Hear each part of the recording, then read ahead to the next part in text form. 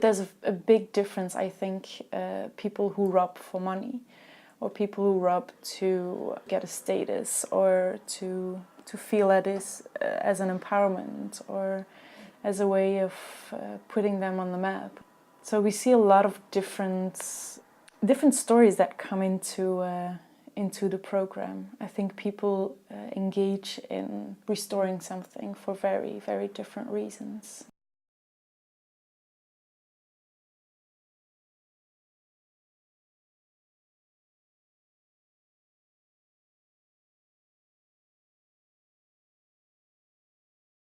We actually bring in victims, not their victims, but other victims, to tell their story, who tell about what happened to them, how they lived through it, what the consequences were for them on short term and on long term, and how they feel that offenders should take responsibility, what should be a good punishment for them.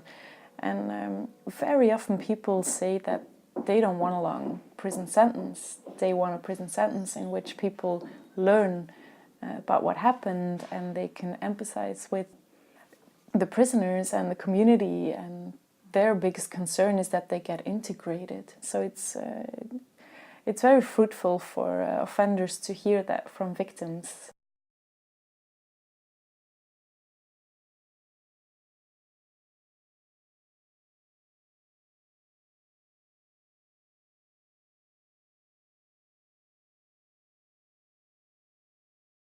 By doing their best to pay every month a certain amount, or do voluntary work outside of prison to gain money to give to the victims, then it's their way of showing that they know what happened and that they sympathize and that there's a solidarity between them. There's no more a clash or a breakthrough, but it's a solidarity that they show. They show that they're human and that they can take responsibility. And I think for a lot of prisoners, that's what they want.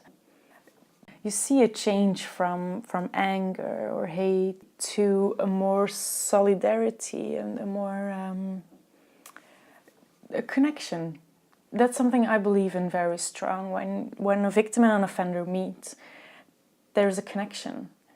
And of course it's an unwanted connection, but it's a connection, it's there. And that's for me, the biggest value of restoring things, is that that connection continues. Prisoners and victims go through the same system, they go through the same story, and I mean, they were there at that moment, and that will change both of their lives forever.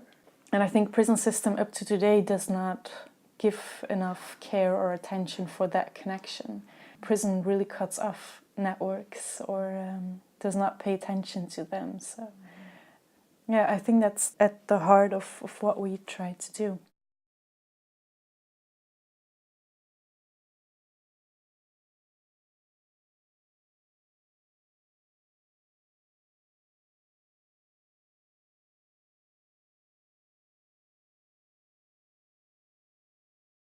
It's giving the power back to the victims, but it's also the risk of the mediation, because the victims themselves are responsible for what they are doing in mediation. The victim has to discover, but what is my agenda? Is my agenda getting the truth, and what do I need then in the mediation? Or is my agenda more complex than it? Is my agenda also sharing the grief, confronting him with the grief, taking some power back, telling him things that I want him to hear? The final responsibility is with the victim or offender. So it's confusion, but it's confusing, but it gives also opportunities to meet with people and to let them decide how do we want to deal with the consequences.